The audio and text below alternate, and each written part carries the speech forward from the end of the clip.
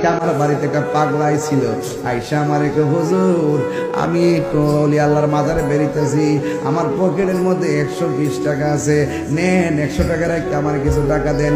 আমি পকেট থেকে 100 টাকা রেখে তার 1000 টাকা দিলাম, বললাম যে আপনি আমার জন্য দোয়া করবেন। আমার একটা হুজুর আপনার একটা ব্যবহৃত পাগড়ি দেন। দৌড়ে ঘরের ভিতরে গেলাম, বাচ্চার আম্মারে বললাম একটা পাগলা আছে, তাকে পাগড়ি চাইছে, কি করতাম? অসুবিধা নাই, কার মধ্যে কি আছে বলা যায় না, পাগড়ি একটা দিয়া দেন। এবার আমি পাগড়ি একটা খুললাম, ওই পাগলার হাতের মধ্যে দিয়ে দিলাম। এই পাগলা মানে কি কই জানেন উনি?